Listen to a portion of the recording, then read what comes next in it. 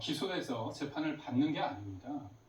탄핵 심판을 받아야 되지 않습니까? 그렇다면 전 다 떠나서 그냥 냉정하게 그걸 하나 묻고 싶어요. 대통령이 탄핵 심판 절차에 들어갔잖아요. 근데 헌재에서 일방적으로 기일을 5개 지일을 하고 추가로 3일을 추가 지정했습니다. 일주일에 2번씩 받거든요. 네. 화요일, 목요일 날. 그리고 요번에 만약에 구속이 된다고 한다면 구속된 상태에서 수사를 받아야 돼요. 형사 소송 관련해가지고. 그럼 공수처가 언제든 부를 수 있습니다. 그럼 임해야 되죠. 그리고 국회에서는 어떻게 합니까? 국정조사 통해서 대통령 부른다고 합니다. 몸이 10개가 아니잖아요. 사실 저는 다 떠나서 그냥 아주 냉정하게 아주 물리적인 상황만 이렇게 비춰봤을 때 대통령의 방어권이 행사될 수 있는 상황을 만들고, 이게 뭐냐면 지금에도 저 많은 사람들이 지금 나오고 있는 겁니다. 그래서 결과가 나중에 어떻게 나올지 모르지만 그 과정상에 있어서 뭔가 균형감을 잃었을 때는 국민들이 납득을 할까요? 그런 측면에서 있어 봤을 때 답을 정해놓고 구속을 하거나 체포를 하거나 이런 부분에 있어서 왜 이게 필요한지 본질적인 질문을 다시 한번 드리고 싶습니다.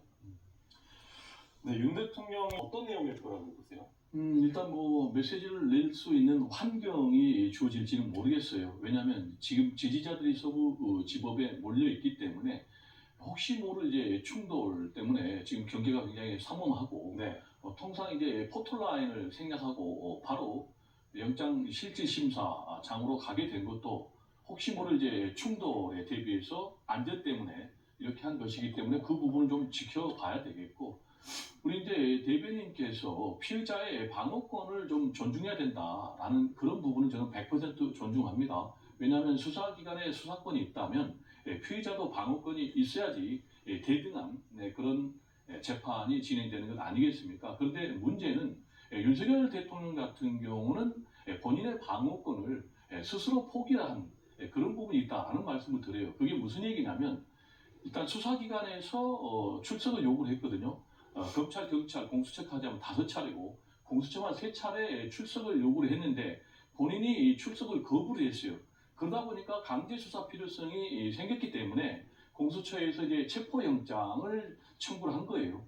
그래서 이제 법원이 이걸 판단한 거예요.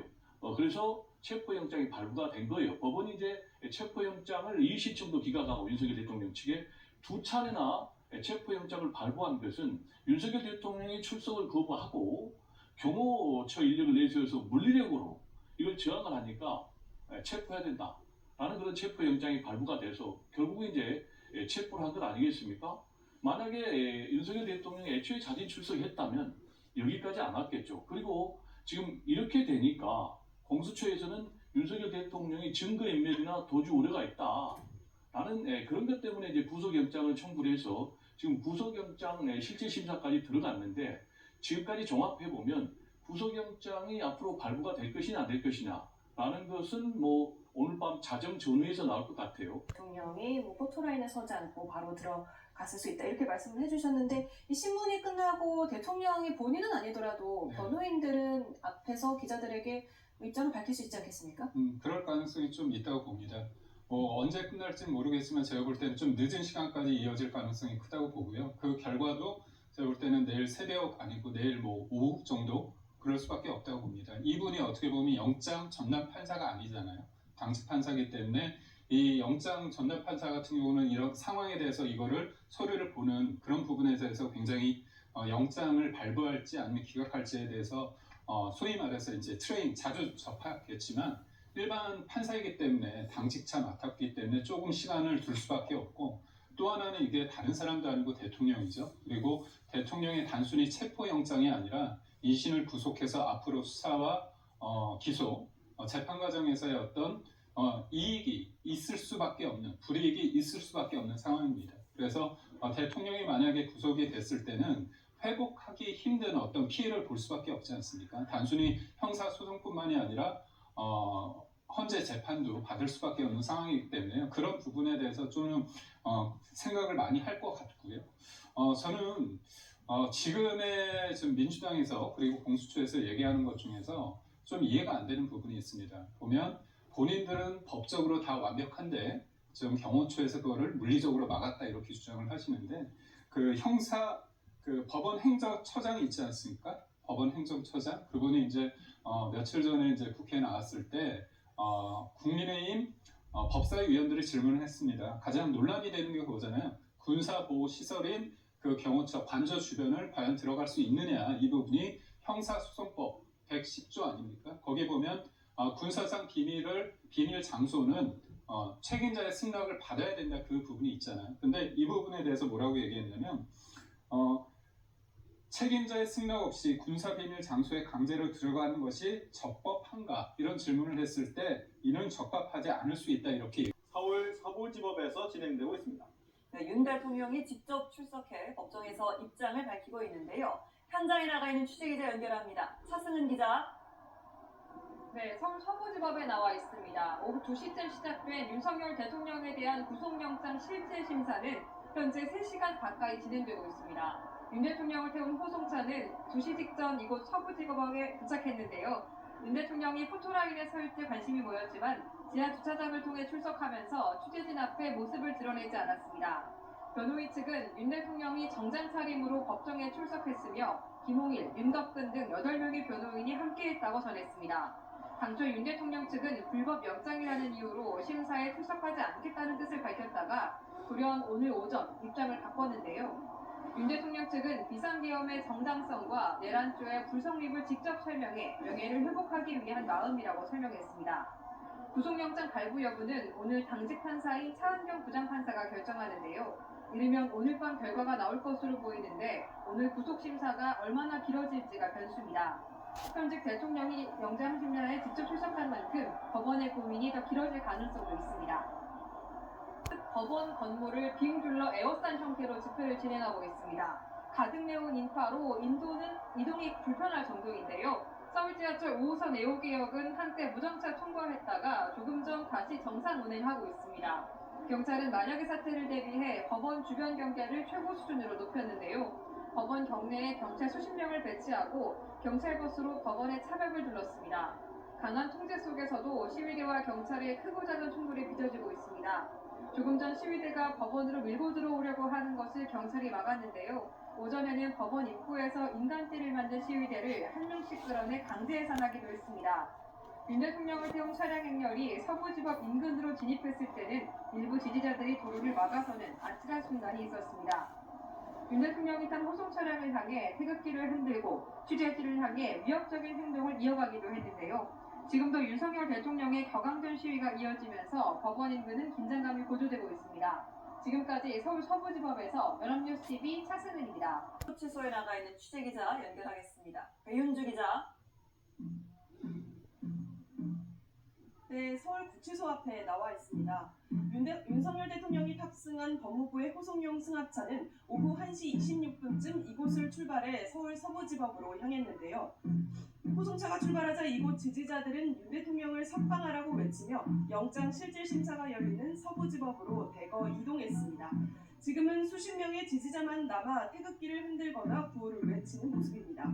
영장 실질심사가 끝나면 윤 대통령은 다시 후송차를 타고 서울 구치소로 돌아와 부인 피의자 대기실에서 결과를 기다리게 됩니다.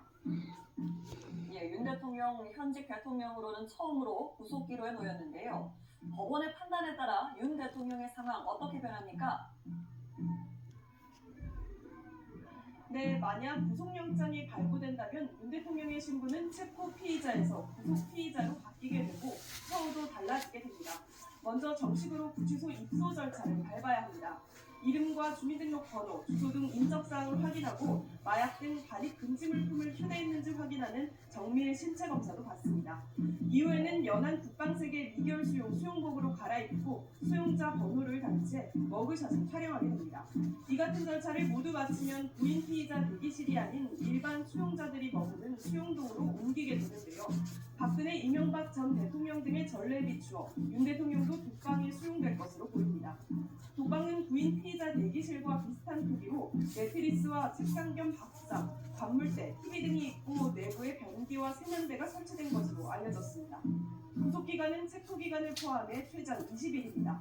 이후 검찰이 구속 기소하면 1심에서 최장 6개월, 2심에서도 6개월씩 구속기간이 늘어날 수 있습니다. 받았을 때의 모습인데 지금 저 도로가 버스 전용 차선입니다. 네. 이 호송 차선들이 이제 일반 차량의 이 교통 흐름을 방해하지 않기 위해서 버스 전용 차선을 이용해서 지나가려고 하는 부분이었는데 버스 전용 차선이면 이 버스 정류장이 있지 않습니까? 네. 그 도로 중간에 있는 버스 전용 그 정류장에 있던 시위대들이 갑자기 차량 앞으로 튀어나간 것입니다. 그렇습니다. 굉장히 일촉즉발의 상황이다 이렇게 보면 될 것 같은데 실제로 저 순간에 저희 취재했던 연합뉴스 TV 취재 기자에게도 상당히 이 흥분한 모습이 포착되기도 했었습니다. 예.